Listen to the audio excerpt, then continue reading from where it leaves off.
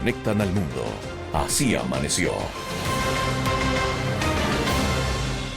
El nuevo presidente electo de Estados Unidos, Donald Trump, ha amenazado con imponer aranceles perjudiciales para Canadá y México en una primera instancia, pese a que después de eso se reunió telefónicamente con la presidenta Sheinbaum de México. Para hablar de esta realidad, si hay en verdad se podría llegar a poner impuestos hasta por el 25%. Estamos en el contacto con la profesora en el Centro de Relaciones Internacionales de la Facultad de Ciencias Políticas y Sociales de la Universidad Nacional Autónoma de México, Mariana Aparicio Ramírez. Doctora, buenos días y gracias por estar en Así Amaneció. Muy buenos días, Guillermo. Un gusto volver a estar con ustedes en Así Amaneció. ¿Qué tan real, doctora, son las amenazas del presidente Trump? Muy reales, considerando la administración anterior, hubo una imposición arancelaria justo antes de la actualización del Telecán, que terminó en un nuevo acuerdo de libre comercio, el Tratado de Libre Comercio México, Estados Unidos y Canadá, que modificó la estructura del regionalismo a acuerdos bilaterales que están en conjunto. Tu pregunta, Guillermo, es pertinente porque hay un grado o un nivel de escepticismo sobre la imposición arancelaria o si Estados Unidos puede utilizar este instrumento comercial con fines políticos. No es la primera vez ni el primer presidente que lo hace, de hecho forma parte activa de su política exterior para justo obtener modificaciones en política interna de otros estados que de otra forma no harían. Eso es parte del ejercicio de una, digamos, imposición arancelaria, aunque también hay otro tipo de instrumentos económicos, financieros que pueden posibilitar con ese mismo objetivo.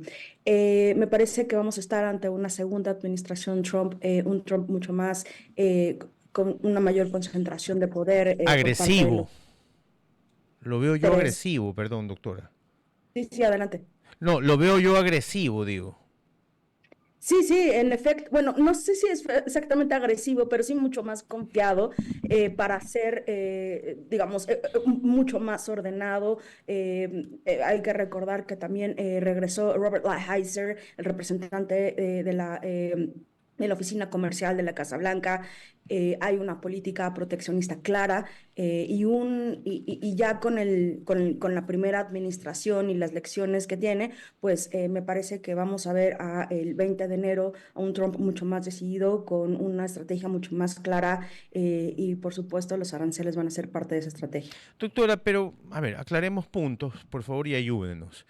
Que Trump suba los aranceles y esté con el tema de la migración no hará que los productos suban en Estados Unidos y no hará que escasee la mano de obra y tengan que pagar los agricultores y todos estos lugares donde se utiliza la mano de obra latina tendría que pagar de más de lo que se paga hoy en día.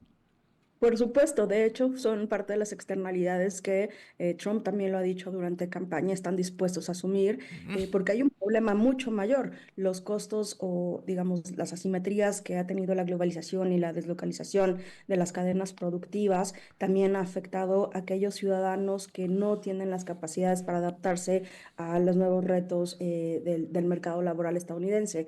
Hay, digamos, también cuestionamientos sobre si son los estadounidenses quienes harán el trabajo que los migrantes realizan.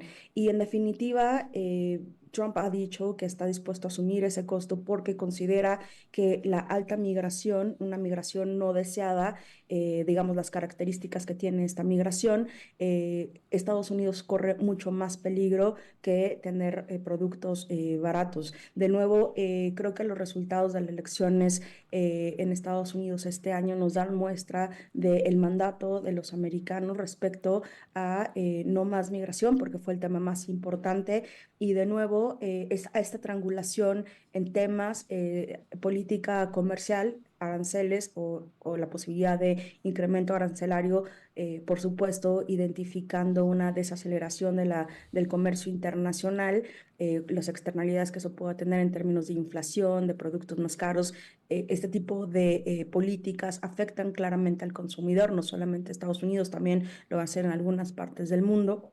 Eh, y por supuesto también lo que podemos identificar es que América del Norte en su conjunto pues sea o tenga una menor competencia respecto a otras regiones, pero Estados Unidos está dispuesto a asumir ese costo y tanto es así que ha considerado parte de su seguridad nacional esta imposición de aranceles y entonces tenemos esta triangulación, migración, que tú ya has dicho Guillermo, por otro lado seguridad, frontera, y tráfico de armas y fentanilo a propósito del reconocimiento Ahí va internacional yo, ahí va yo.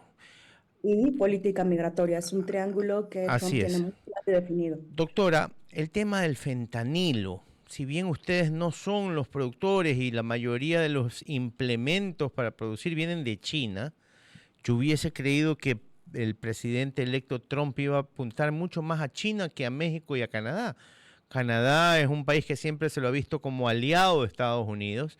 Desde que entró AMLO a la presidencia se han separado un poquito, pero son económicamente son partners, son compañeros de trabajo el día a día. Yo no me veo a un mercado estadounidense sin los aguacates, sin la mano de obra de las productoras de carros en México. Pero el tema del fentanilo per se, ¿cuán importante es para Estados Unidos combatir esta droga que pasa a través de México y que viene desde China? Bueno, ahora no solamente proviene de México, también de otro socio comercial como es Canadá, de nuevo a propósito del laboratorio asegurado la semana anterior. Pero tienes razón, Guillermo. Fentanilo ha sido un tema muy importante para el gobierno de Estados Unidos. Basta revisar los estados de la Unión del presidente Biden. Fentanilo ha tenido un papel fundamental, sobre todo y a propósito, que es la droga más consumida en Estados Unidos. La estrategia de Estados Unidos no ha modificado independientemente de la droga que estamos hablando.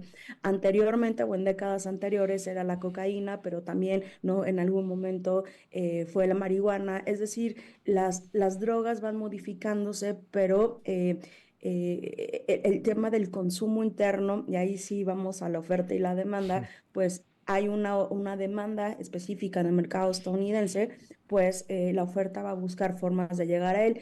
En efecto, en el sexenio anterior en México hubo por parte del presidente López Obrador una solicitud a China respecto a digamos, los elementos básicos para, no la sintetización, sino los insumos primarios para la producción de fentanilo. Es un tema prioritario para Estados Unidos porque muchos de los ciudadanos estadounidenses mueren a causa de esta droga, pero no vemos una modificación de la política interna de Estados Unidos de generar políticas públicas para reducir el consumo de cualquier droga, incluida el fentanilo.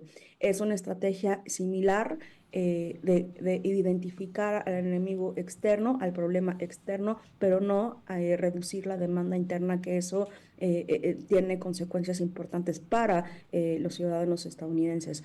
Ahora vamos a identificar o hay que esperar cómo va a ser el discurso de Trump respecto a la identificación de otros laboratorios de producción de fentanilo en Canadá, pero de nuevo no es extraño que sean digamos, dos vecinos geográficos ante un mercado que demanda altamente fentanilo. Pero en efecto es un gran tema que ocupa y preocupa al Ejecutivo de Estados Unidos independientemente del partido político que está en el poder. Doctora Aparicio, Priscila Jacome le saluda. Hablando justamente de este tema de las restricciones o los posibles aranceles, ¿cuáles serían los principales productos que debe de tener en cuenta que van a ser los afectados producto de estas amenazas? Bueno, en términos de política comercial, cuando un Estado impone aranceles, van a ser aquellos que sean los más sensibles y que afecten en mayor medida a la economía a la cual se le están implementando.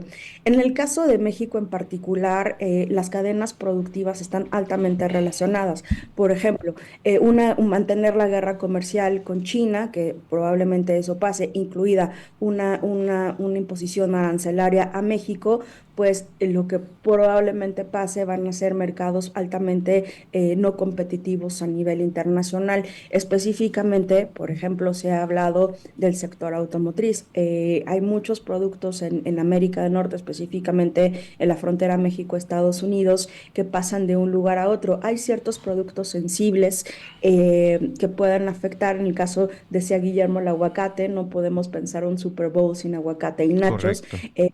Exactamente. Pues bueno, quién va a asumir el costo de estos aranceles a productos sensibles mexicanos? Pues van a ser los consumidores estadounidenses. Y de nuevo, pues tiene condiciones políticas para que Estados Unidos asuma esas consecuencias. También hay algo muy importante, Priscila, respecto a la imposición de aranceles en productos importantes para el mercado de Estados Unidos. El mercado norteamericano no depende económicamente o comercialmente de ninguna economía. De hecho, el mayor, digamos, comercio que tiene Estados Unidos precisamente es con México, pero ni siquiera llega a más del 20%. La diversificación de la canasta de socios comerciales es tan alta, y al no depender de ninguno, puede asumir los costos de modificar, ¿no? O imponer aranceles a uno y asumir los costos y buscar otros mercados que Doctora, seguramente... si esto es así, esto tendría que ser mucho más un tinte político, es decir, obligar a México o a Canadá a hacer ciertas cosas en específico. Por supuesto, para eso son los aranceles. Son medidas comerciales con intereses políticos. Para eso se utilizan los aranceles en esta medida. Son exactamente las 9 de la mañana con 42 minutos en la ciudad de Guayaquil. Creo que usted en DF tiene una hora menos, doctora, ¿verdad? 8:42. Exactamente. Doctora, muchísimas gracias nuevamente por haber estado con nosotros. Veamos más adelante, cuando el presidente Trump asuma, qué va a pasar realmente. Muchas gracias, un abrazo a la distancia y feliz día en México.